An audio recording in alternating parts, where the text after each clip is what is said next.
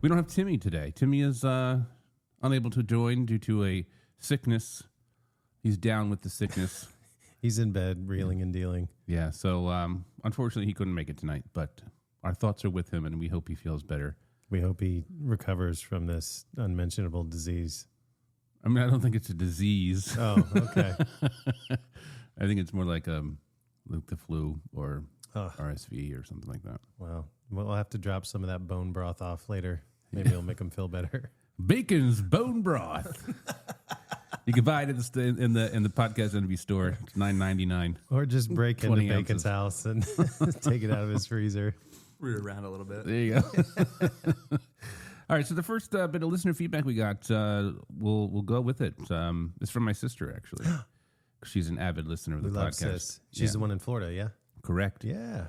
She wrote in a text to me after this week's episode and said, you should put the songs we play in our episodes on the show notes because people who listen to the show were like, oh, I remember that song. And that was a good idea. Yep. And I can even extend that and put it into the podcast and the Spotify playlist that we have. Absolutely, yeah. So you can go and check out the songs that we're talking about on that. So sweet. So summer jams, and then we did the, what was it, the 90s and the 2000s, right? I think so. We were trying to guess. It's 84, 94, 2004? Yeah, exactly. Yeah. So we have that list and the songs from the show before. We'll do that too. Cool. So thanks, sis, for that great feedback. Yeah. All right, here's another one. Podcast Envy. Dropping a note to say I thought your interview with Jack was really great, and I really enjoyed the balance of humor and getting to know Jack's craft. Great observation by Bacon that, like music, art reflects in the artist's experience. I thought that'd be obvious, but he sometimes comes across as a not smart guy who thinks he's smart. Nailed it. Thanks, Todd. Take 5. So feedback for you, fucking be better. Yeah. Be better or shut the fuck up. Be smarter. Yeah. That's, read a book, maybe. Maybe that's what I need to do is read a book. And this one's from Jamie. Dear boys, just finished this week's episode, and I must say you guys seem to have a warped idea of what happened in 2004. Oh, boy. Kelly Clarkson won Idol in 2002. Oh. So Bacon blaming American Idol for contributing to the change around indie music doesn't work out. Dawson's Creek came out in the 90s and ran until 2003. But it did have a theme song that hit the radio, and there were probably some songs from that and other shows like Everwood in that same time period as well.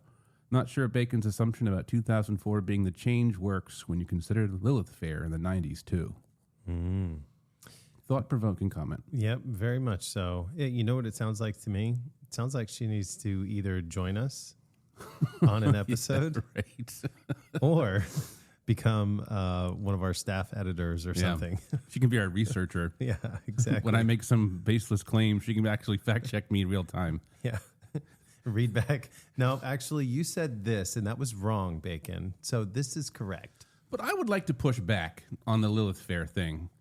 Because, Lilith Fair did sign indie artists, especially the female ones. Not that there's anything wrong with that. I just felt like my tone was weird there. I didn't mean to come across it. No, you better retake that one. Oh, right. I don't think we were wrong to say that 2000 was the year that things changed. I'm going to push back on her on this because, yes, Dawson's Creek, the song did hit the radio. Before the show? Paula Cole, I think it was. Oh, okay. Yeah. I don't want to wait. Yeah. And there was like the Lilith Fair thing happened in the 90s and was cool. And they did have, indie artists. But my point was, I think the point of this segment was that after 2004, indie was mainstream because of the exposure from the TV shows. Getting picked up by the corporations or labels or whatever, I guess. Yeah, I didn't intend to convey to the audience that I thought that it was like it happened in a vacuum. I don't think it happened in a vacuum. Clearly. I guess what I got from that is I thought it was 2002 that I tried out for American Idol, not 2004. I was like, damn it, how did I screw that up? Because that was the year, it was the first year. Mm-hmm. It was the first year. I remember that. So you must have tried out in 2001 probably. Whatever. I don't know. It was at the Washington, D.C. Convention Center, and I remember I can picture everything like it was yesterday, but stoner brain. And I don't think our point of you bringing up your audition was to talk about Idol in that moment being the thing, because it wasn't until a few seasons in that they started singing the songs that were on TV. Sure. That was my point there too. So maybe I can re-edit that part of the show for clarity. Apparently, Jamie doesn't think we did a good job Fix it for the best getting our of. point across. Yeah, it's all good. Well, thanks for your feedback, Jamie. I appreciate it. Yeah, let's get her on the show. Message her back. Tell her we want her. All right. Well, I'm not going to say that.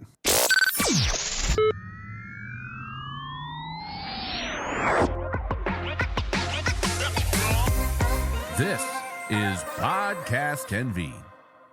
We got a special guest. We do have a special guest. Yeah, what's up? Our guest today hails from the great state of Maryland.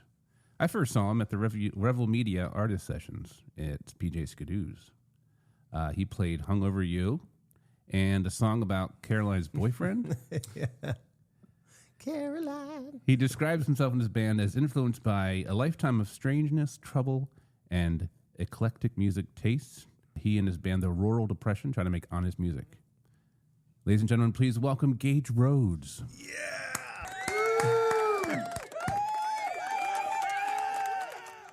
Welcome to the show, Gage. Thanks for having me, guys. How psyched are you to be opening for Judah and the Lion at the Fillmore? Absolutely over the moon. Because that was a crowdsourced voting thing, right? Yeah. I felt that I could go different ways about it. Just in terms of, you can spend $1 billion doing Facebook or Meta or whatever ads.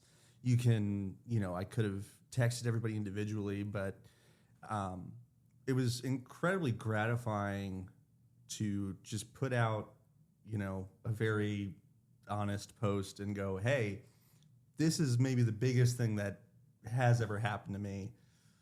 If you guys think I deserve it, then, please vote for me. If you don't, there are a bunch of other great bands that you can vote for to get this opportunity. I was blown away by just how many people voted and then messaged me like, hey, voted for you. Can we vote more than once? Mm-hmm. Oh, that's awesome. People I hadn't heard from in years saw it. And I think it's so easy to see stuff, especially from people that you knew 10, 15 years ago and go, good for them. Don't care. Yeah. So to have everybody kind of pull through for me in a huge, huge way, that was deeply, deeply gratifying. And then on the more bass side of it, it's just really fucking cool that I get to do it. Yeah. And I'm so excited. That's going to be incredible. Now, are they doing multiple nights, or are you just doing one night or two, or what? They're doing a whole tour. They had a different opener for each night of the tour that was local-ish to the area. So I'm doing Silver Spring at the Fillmore, and I think they're only doing one night at the Fillmore, and that's October 18th. Yeah. But Okay. just a crazy opportunity that kind of came out of nowhere. Yeah. And with a voting thing like that, I was just kind of on pins and needles for weeks and weeks and weeks. Right. And then I got the email that I got it. And That's amazing. That is so cool. Yeah. Because and the reason why I wanted to jump on that so quickly, and I know that this might air after that date, but it is coming up very quickly. It's only a little over 2 weeks. Yeah. I'm I know you're rapidly ready. realizing that. I know you're ready because you do this often enough. It's kind of like us, like with the shows that we have. The more you do it, the more it's just kind of, you, especially for like a performance like that, where I don't imagine that you're going to be up there for 2 hours or 3 hours. It's only going to be maybe like 30, 45 minutes. So you get to pick like all your best or favorite stuff, and you already know that you're going to knock it out of the park. That's the hope. It's been tough nailing down a set list, just because it's kind of a rubber hits the road moment, and it's not so much my favorite songs. I'm trying to think of, all right, well, this one sounds really good, and this one gets more hits online, so people will know it more, and trying to figure out that stuff without selling out, as it were. It's trying to give the audience there a good representation of what we actually sound like, instead of just, they might have heard one song and they might have liked it, they might have hated it, but trying to represent the band realistically, and I'm not here to trick anybody. Right. If they don't like the other ones of my songs, they only like Caroline or something. Then they only like Caroline, and I'm glad they do. But I don't want to bait and switch people, because a lot of my stuff is pretty sad, and I don't want them to go in being like, oh yeah, I'm gonna feel really good, and then they throw on the record, and it's fun for about the first half, and then it gets to the second half, and they're like, oh man, why did I put this one again? But so you're going up on stage with the Rural Depression? Yeah, we have to strip down a little bit, but it's gonna be all the guys from the Rural Depression, and I say guys. This iteration of the Rural Depression is a bunch of guys, but I like it. I like having the band a little bit separate, so that way any group that I'm with is the Rural Depression. It's like the E Street Band. Yeah. And I try to play with my friends, and I try to play with the most talented people that I can find on any given night. So it's great to just be able to have one totally different configuration one night, and then the next night different people are available, so it's a completely different sound. That's really fun. That's really exciting to me, and I think everybody that plays with the band brings something different than I had the last time that I played with them. Yeah. So now, when you prepare for something like this, are you strictly doing originals, or are you going to throw in a couple of covers? For this one, I think it's going to be all originals, because this is a bucket list gig. Yeah. So they're going to like me or hate me. I was going to say either way, you either love me or hate me. And I don't know if throwing in a clever cover or something, what does that achieve in the long run? They might enjoy that if they want to listen to covers, but I'm not going to outdo the original band. I'm not going to outdo the other bands on the bill. All I really have is just my stuff, and unfortunately, or fortunately, depending on who you ask, it stands on its own merits. Yeah. Or it lives and dies by however people come across it and how they feel about it. I guess we can go back to the beginning. Bacon loves to start with the chronology. Get in the way back machine. Yeah, man. I'd like to Show hear. us your birth certificate. I want to know what the artist's experiences are, so I can sound like a not smart person who thinks he's smart. Jamie, she got you on that one, didn't she? No, that wasn't Jamie. That was some dude named Todd. That was the other guy. Yeah, that's right. Sorry. Right then again, Todd. I dare you. Anyway. Todd, please be nice about me. I don't care what you say about them. Please be nice to me. I'm only here will one not be able to time. handle it. I'm incredibly fragile, Todd. Please. So you were born and raised in Maryland, right? Yeah, right over on the Eastern Shore. Did you start music young, or is that something you came into as you got older, teenager, adulthood? I think I was 12 or 13 when I really got the live music bug, as it were.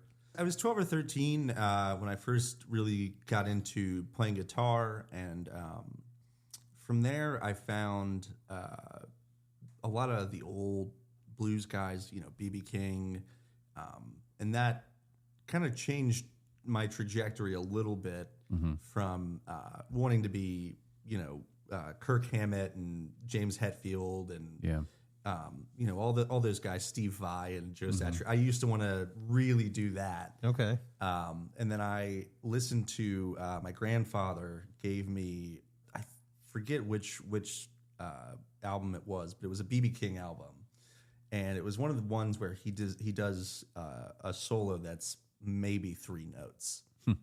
And I was like, oh, you don't have to play every available note. Right. You can just play 3. Like, you don't have to sing and play at the same time. You don't have to stand and play at the same time. No. He that kind of enlightened me in retrospect to the just kind of doing your own thing. And if you're the best, if you're the only one doing it, you're the best one at it. Yeah. But Which inspires others to either emulate it or try to beat you at it or something. yeah, I hope no one's trying to beat me at B&A because they're gonna win. Yeah. But yeah, the blues started out, got really into that, and then got a little bit older and started getting into acoustic music. This was right around the time of Mumford and Sons and Avett Brothers. I was really young, and I opened for David Mayfield Parade, just that kind of stuff, and I started doing that more and more, and that kind of carried me into adulthood a little bit. Always a singer with the guitar, or did you start just playing guitar? I started just playing guitar, and then I realized, I say this on the mic all the time, but I realized that girls didn't want to hear me play an unplugged electric guitar at them at parties. They were not. That's how it felt every time I was usurped by someone else that could actually play acoustic guitar. Yeah. And they play songs that, I don't know, they play songs that people recognized and wanted to hear instead of like Wonderwall. Yeah. Instead of me just playing like Enter Sandman or, Sure. just some Steve Vai deep cut. Yeah. That absolutely required an amp and a full pedal board. I was just like, no, you gotta listen to it. Because I was young and stupid. But Be like, I'll be right back. I got my pedal board in the car. Yeah. As a drummer, I can relate. You know what I mean? Because the guy with the guitar beats the guy without a drum kit any day. I mean, you can't just do this on the countertop. I mean, I could slap my thighs, I suppose, but Just make you hot, babe. yeah, right? Do you like how I slap my thigh? very few Give me some romantic partners. spoons. Very few romantic partners for the kid that's super into ham boning. Exactly. It's not a great look. Not a pro strat to get popular in school. Maybe it is now. I don't know. So you were like, me. And you were like, oh, I can sing. Maybe I should add that. Ooh, no. It was, I say it a lot. There were a lot of years of just sucking. I was just not good. Yeah. I was objectively bad. I found a video of me, God, I must have been 14 or 15 and trying my damnedest to cover Taylor Swift. Okay. And that's what was blowing up on YouTube and all that stuff at the time. It was just acoustic, folky, indie covers of everything. Yeah. So I was like, gonna ride that wave, get viral real quick. And it sucked. It was so bad. It was. Earlier videos have been deleted. I thought I had gotten them all, and I found this one. I was like, oh man. I want to delete. To give you a sense of how long ago it was, this was on a full digital camera. Oh, nice. This was like a point and shoot digital camera that I had used for that stuff, and lots of pixels. Both of them. It was all 2 pixels. Yeah. But yeah, I was very, very bad for a long time. And then one day it kind of clicked. Your voice finally dropped. My voice dropped super early. I was 5th grade, sounded like this. Okay. And that didn't sell it before the guitar and before. No, baby. I did think I did heavily consider going into voice acting or something like that. Mm-hmm. And it's in still 5th grade. In 5th grade, 5th grade me did not have like many career prospects. So I was like, well, I have a deep voice. I could be on The Simpsons. Maybe people could pay me to like call their parents and like act like a teacher or something. It never happened because my voice would crack all the time because I was in 5th grade. Cover blown. And then that's what was that? Billy Madison. He's like, you blew it. So how old were you when you would say that you found your voice? Last year. Not too far off. I really do feel like more recently in the past couple of years have gotten a better understanding of the limits and the capabilities of what I can do vocally. I know what I can do. I know what I can't do. I know where I can be useful and what I can do, and where it's kind of a losing game or diminishing returns, especially in the studio. Belting stuff or like yelling stuff, you got to hit that the first time for a second time. Otherwise, you just got to circle back another day. Yeah. So when you're not doing an opening for Judah and the Lion or playing these really cool songwriter series that you're doing, are you playing like, you know, quote unquote regular gigs at like bars and other places just to kind of, you know, fill the bank account a little bit to almost constantly. Yeah. I do it full time. I do it for a living, which it's its own kind of lifestyle. But yeah, I do a lot of bar gigs and, you know, I call them wallpaper gigs. I call them wallpaper gigs because sometimes you are just, you're there You're to the be wallflower. live music. Yep. And that's all anyone's business is. It's just cool. It's tough. That dude has a guitar and he's playing it. Cool. Yep. It adds to the ambiance or whatever. I think I was out with some friends, and I think some friends were in the band that were playing at this bar, and they played Mr. Brightside or something by Jimmy Eat World, like The Sweetness or The Middle or something, and it made me just through the roof happy. Yeah. And I kind of had that, it was like most times, a jumble of emotions where I was just like super thrilled that they were playing this. And then very quickly had the realization that is what I do. I also am in their shoes in the sense that, yeah, if I play something that, you know, maybe they haven't heard in a while, I play Teenage Dirtbag sometimes. Yeah. Nice. And I it's a bit because I have 1,000 bits at all times for any occasion. Nice. But I'll go, hey, we got any Big Wheatus fans in the building? And it's dead silent. Yeah. No, you know. I do that with our kazoos. I'm like, okay, who brought their kazoo? And then we just start playing kazoo songs. I'm like, okay, sucks for you guys. Yeah, I'm playing the kazoo. This could have been interactive. Yeah. But it's just a bit. It's just to get people to giggle or to, you know, pay attention. How often do you travel outside of the area for gigs? I'm kind of just down to go anywhere now. Do you do private events? Do you ever get picked up for that kind of stuff? Yeah. For you or you and the band? Mostly for me solo. I love doing private events. Even more so when it's just, hey, we saw you play somewhere, we're having a party. We want you to play music for it. And it's, you know, it's so much fun. Yeah. I finally get to be on the other side and like, no guys, I'm playing guitar at this party and I'm allowed. Not only that, people want me to play guitar at this party.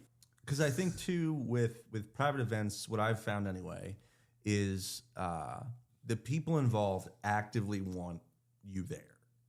So they are more willing to, if I ask, you know, a restaurant or a bar or something like, hey, is there any way that I can get like, you know, reserved parking or something?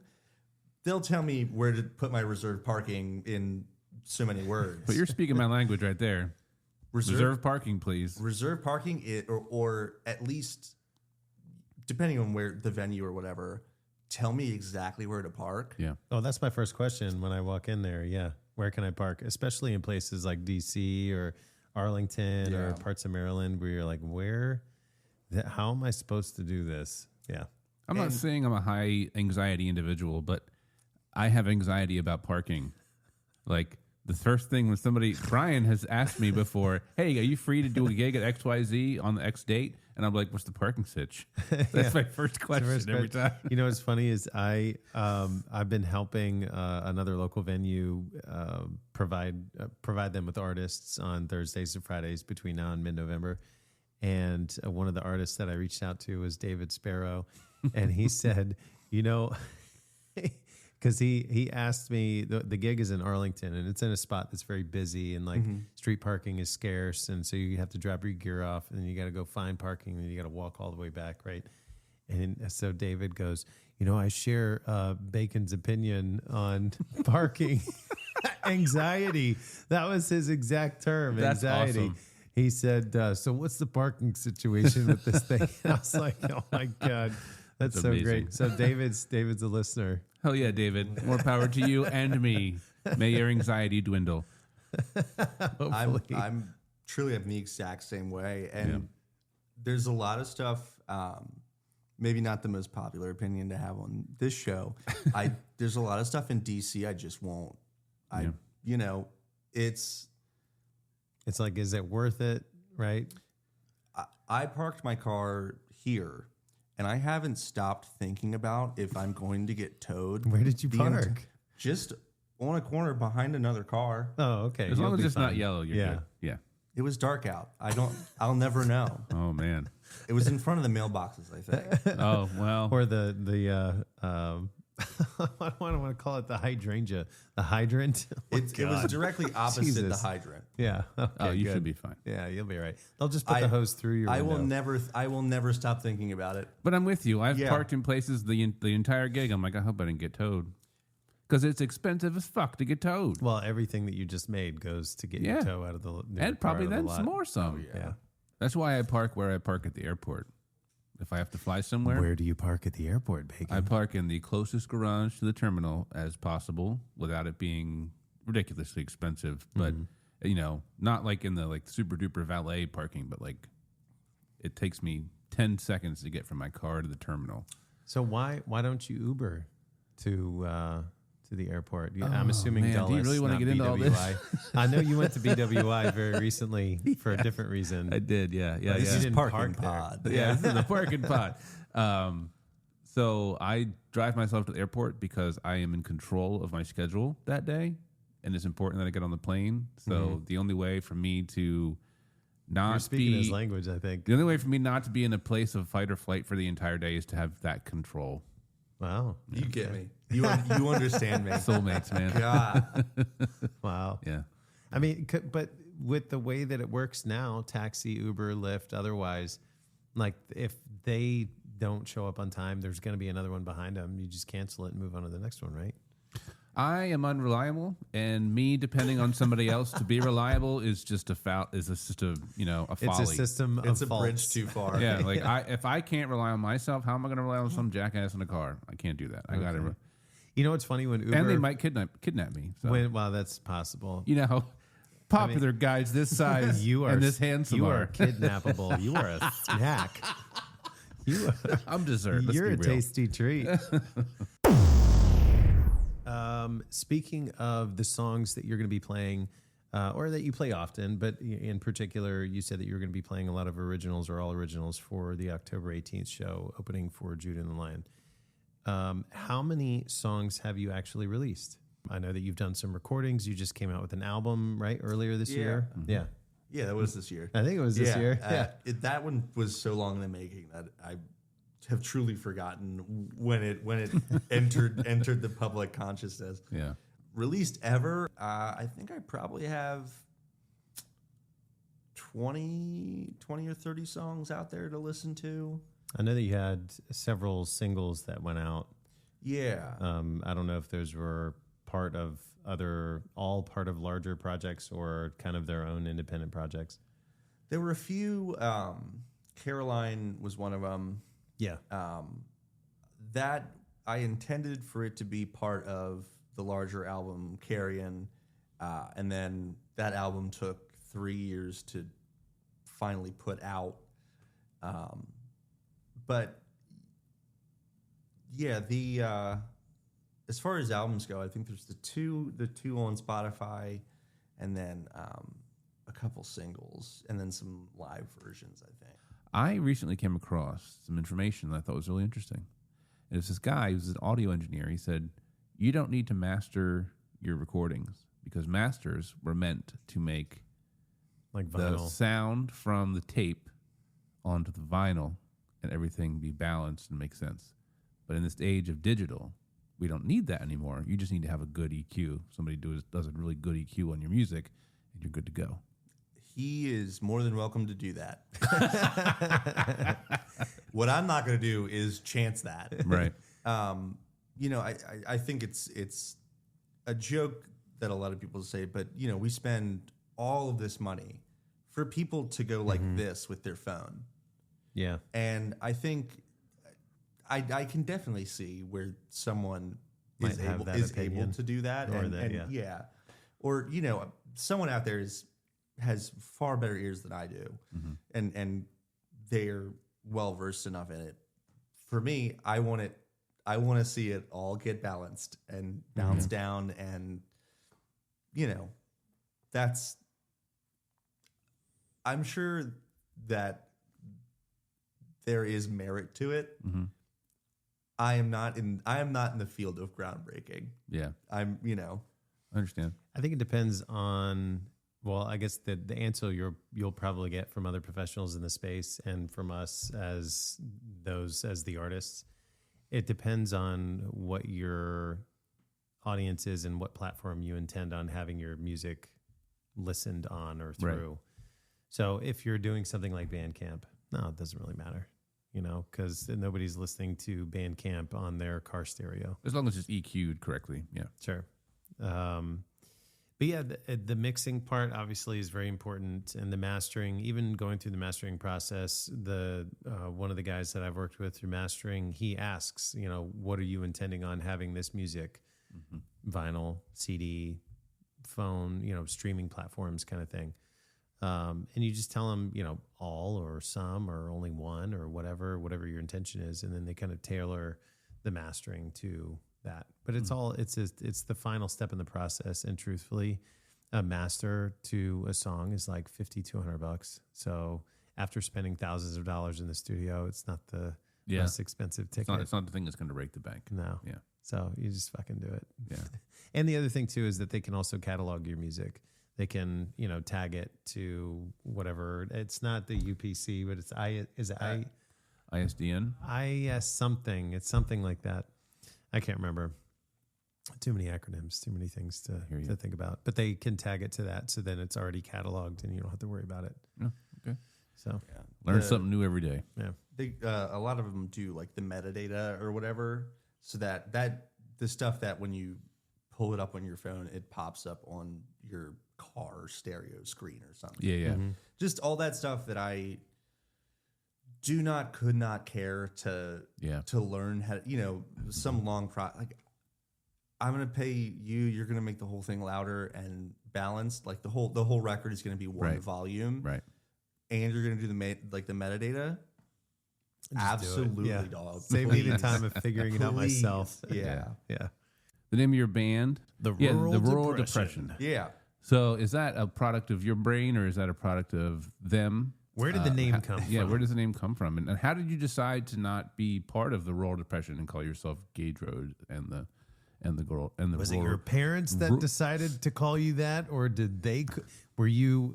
I think you're misunderstanding my question. I know, I'm joking. That's from the very beginning. Hell, Everything do we the not light know touches. each other well enough?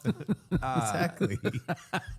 So to answer both questions, I was born in '96. Pet Sematary came out in theaters in '94, on VHS in '95, somewhere thereabouts. I was born in '96. My parents will deny it forever. You do the math. That's all I'm saying. Fair enough. It's named after Pet Sematary. Yeah. I just was. Yeah. The Rural Depression came about, and I was just doing shows under Gage Rhodes. And then if I had a band, I think it was the Gage Rhodes Band.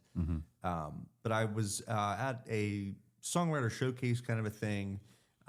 And me and my friends, Sam Pugh and Dana Denise, we had all played this thing, and we were all pretty emotional music, not always super upbeat stuff. And someone goes, "Hey, you guys from the Eastern Shore are like really good, but you're all so sad. Why?" And I was like, well, that's the specific brand of depression that you get growing up just fully surrounded by cornfields and nothing else. And I was like, it's the rural depression. And I was like, shit, write that down, write that down, write that down. It's a great band name or the name of a storm, the tropical depression. And that's happening right now. Yeah. it felt to me, it felt like one of those, you know, like the Dust Bowl or like, you know, the Great Depression, obviously. Mm-hmm. But the rural depression just kind of felt like a thing. And, you know, anyone that has grown up fully surrounded by cornfields goes, oh, yeah, you feel cornfields and chicken coops. Exactly. And, you feel it when you enter a town like that. And you look to the left, there's a Dollar General. You look to the right, there's another Dollar General. And that's it. Yeah. And you go, oh, man.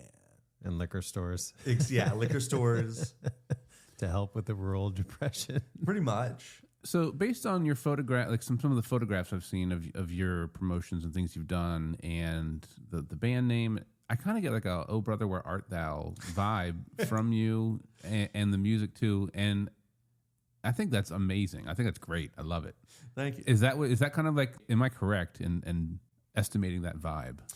1,000%. Okay. When I was in high school and starting to get into music other than you know, heavy stuff and like prog rock, I think for the first time watched Oh Brother and just fell in love. Yeah, it's great. Wow. And it was just like Nail on the head. Yeah. It is incredibly gratifying to when people just kind of out in the wild are like, "Hey, do you like that? Do you like that?" Yeah. It's like, yeah, I'm glad it's coming. It's shining through. A toad. It's just such a good, I mean, such a brilliant movie. But I think until then, I had, you know, kind of the long hair. I had hair down to my shoulders for a long time, and you know the emo swoop, whatever. Oh yeah. And then I saw Oh Brother, Where Art Thou? And I was like, pomade, huh? Yeah. Dapper Dan. I was like, well, George Clooney's doing that look. Yeah. Maybe I could do that and you know, combine with other that whole aesthetic coming back with Mumford and Sons look like they just rolled out of you know, whatever The rural depression. Exactly. So I was like, maybe I'll get my hair cut short and, you know, start putting pomade in it and, you know, slicking it back and doing all this stuff. And from there, it kind of went downhill. And I've always enjoyed bluegrass. Well, it's kind of, it feels downhill. I would like to venture that it might be uphill. I feel like, no, I think. I'm going to bring back the emo bangs, 2024. Honestly, I dig the vibe. You know, I don't know who your photographer is or if you just have a phenomenal ability to pinpoint certain imagery in a video and just be like, that's it.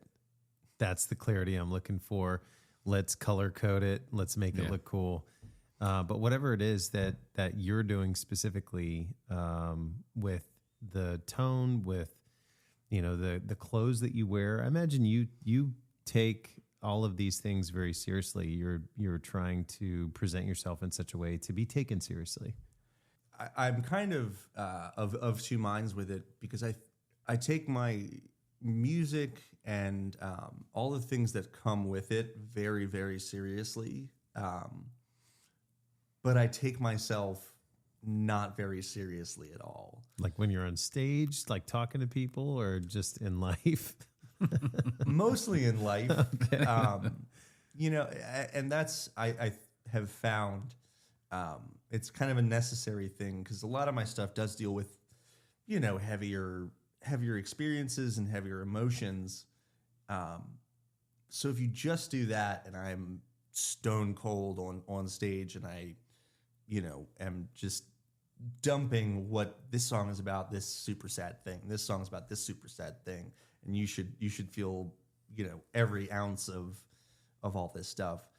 Sure, they might get a more authentic or a more real experience of the songs, but they're going to be fucking bummed out and they're not going to come to a Gage Rhodes show ever again. Right. Well, no, has that truly been the case at some point that makes you think that way? Or is that just you kind of thinking that that's how you're looking at yourself from the outside? A few times before I really wasn't playing nearly as many gigs of any kind. There were a few Because you were playing only sad songs. Well, but like I wasn't playing nearly as many cover gigs or anything like that. Okay.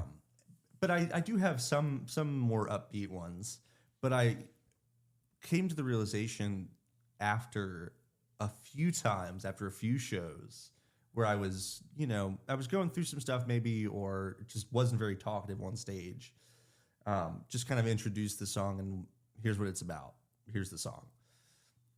I had a few times, very well-meaning, very kind people come up to me afterwards and like do the two-handed handshake, and they got real close and they were like, "Hey man, it's gonna be okay."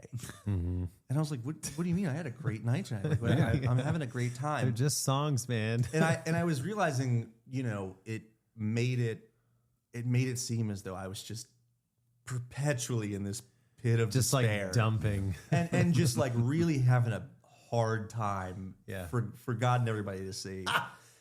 That's when you take the tip jar and you're like, I know, thank you so much for coming I tonight. would be way better if I had, I don't know, $20 more. Help me pay for my therapy.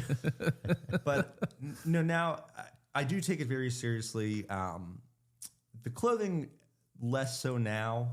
I sort of painted myself into a corner a little bit because I love Western wear, and I love workwear. I'm of the school where if I will buy once, cry once. I want the pair of jeans that I buy for however much. I want them to last at least that money amount long. Yeah. Sure. So I gravitated to, cowboy boots. They're just work boots that I don't have to tie. Yeah. Do you not know how to tie shoes? I do, but why would you? Right. I don't know. Why waste the energy? I thought got Velcro was time? making a comeback. It's not. Only for you. Maybe when I'm older. Are you afraid to go to outer space? Am I afraid to go to outer space? Nobody's offered yet, but I think... If Elon Musk was like, Well- Gage, we could use your services on planet Mars. If Elon Musk is like, "Oh brother, where art thou?" Oh, brother, you art thou. if it's And if it's NASA and they go, we need you, I cannot fathom why they would. It depends on the mission. Depends on the mission to Mars. maybe we have to set the tone, If it's an Independence Day situation, I'm down. Here it is. But We've set up a colony on Mars. Wow. It's mostly National Guard airmen, okay, and they want to do a USO tour. I'm so in. Are you kidding me? I'm so in. Yeah. A USO tour to Mars. Get out. I'm But in. it's I'm going to so take doing a it. year and a half out of your life to do Yeah. this one concert. Sorry, a year and a half in Preparation, in space. travel, everything. And the then pay is coming not great. back. And it's not great. The pay is not great. It's $1,000. That's it. It's $1,000. Grand total. It's it's $1,000 in Mars bucks. Yeah. It only works at the Mars colony and Yep. in the NASA gift store when Exactly. you're done. Yep. Only if you come back. Yep. Yeah. You might be able to trade it, but I think it's like, 50 cents on the dollar here. I think I'm doing it, especially if I'm the first one. I think I'm doing it just to have it, even if I die, like whatever. Yeah. Like they're gonna put a picture of me there. Yeah. I'm gonna have my picture on Mars at least. Yeah. That'd be cool. I'm definitely doing it. Yeah. Okay. All right. Just any part of me when they have to be someone in a lab coat because it's Yeah. space. Because it's Hello? space.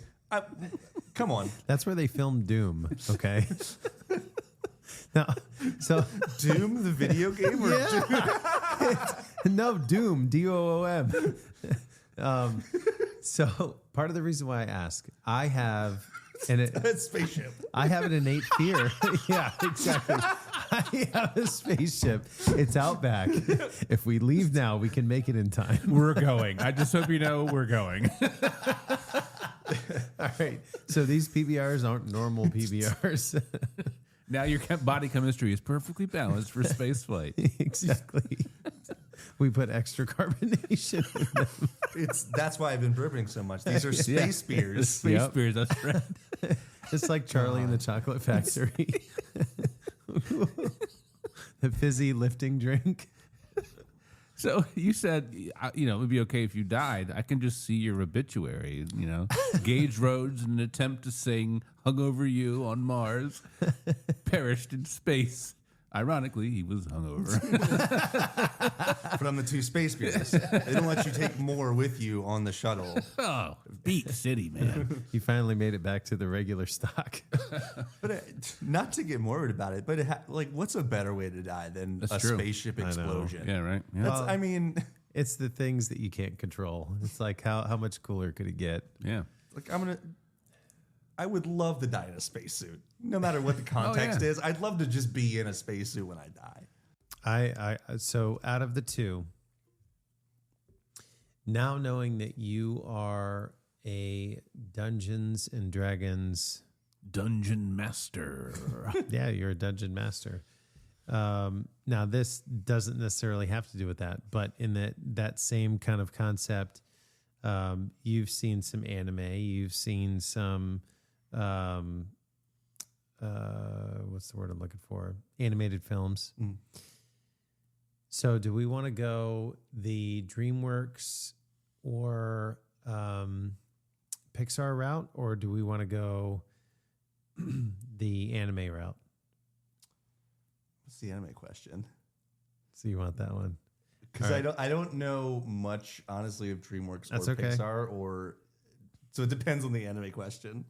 Kamehameha or Shoryuken? Oh, Fuck you. I thought long and hard about all of these questions. Bacon doesn't know what I was planning to ask. That's why he's laughing. And I know that they're not necessarily both TV shows, but they are both video games. it's got to be Dragon Ball Z for me. Yeah. Or Dragon See, Ball. I knew he would know. I knew he would know. Hadouken is Mortal Kombat. Street Fighter. No. Shoryuken. Same move. Oh, okay. Yeah, Street Fighter. Indeed. Yeah, it's got to be Dragon Ball. Yeah. It's. Did you watch the series from start to finish when you were a kid? I Or as an attempted to. adult. I think I attempted to. It was on Toonami, and I think that was Oh man, that was Take me later back. than I was technically allowed to be awake. So I caught like little pieces, and I was like, that shit looks badass. Yeah. Damn, this guy's got a tail. Damn, that's a badass. There's some crazy stuff going And on then right just now. did not get to find anything more out about it until like middle school when someone was like, hey, this is called anime. And I was like, okay, hell yeah. Yeah. Yeah. Dragon Ball Z, baby. Did you watch it to completion? No. No. I I'm That's a not weird saying way to phrase. phrasing, I'm not phrasing and no. Are we doing phrasing? Is that something we're doing? Are And we if still you're doing, are we interested- not doing phrasing anymore? Bacon's Bone Broth. Brought to you by. That should Phrasing. be our It's next happening. thing. Yeah, brought Oh, to you man. by phrasing. Anyway. All right, fuck it. Gage, it was awesome that you joined us Absolutely. tonight. Yeah, man. Cheers. Thank you Thanks, so much y'all. for coming Cheers. out, Thanks making for the trek. letting me talk for 3 hours. Yeah, man. Well, is there a website or Instagram or something where people can find you that if they want to check out your schedule? It should just be at Gage Rhodes, which is GageRhodes, all one word. It looks like Gage Rhodes. Oh yeah, okay. Because that's how my mind see read that. it. Yeah, it's 1 in 3. 1 in 3 will. I'm neurospicy, so that's how. When I first made it, people were like, "How'd you what is your Instagram thing? I was like, it's my name. And It's they go, Gage Rhodes. It's Gage Rhodes? Like, yeah, sure. If that helps you remember, it's Gage Rhodes. That's when the exhaustion with social media started and it hasn't waned. I can understand that. But yeah, just there. I'm putting out a live video from the album release. It should be October 9th, I think we're putting it out through Spilling Pictures video. And yeah, it's one of the ones that we jam for like 8-10 minutes on. We get super, super weird. But yeah, Undoubtedly good. Yeah. Well, thanks a lot, Gage. Thank y'all.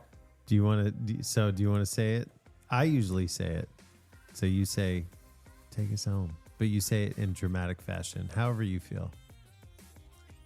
Take us home. This podcast was produced and engineered by Michael Bacon in cooperation with Revelry Media Productions. Video provided by Brian Johnson, also known as AzureVox. Please like and subscribe to stay up to date on our latest episodes. Be sure to follow us on Instagram at PodcastRNV and on TikTok at podcast.nv. Send us your thoughts over email at feedback@podcastnv.com. See you soon.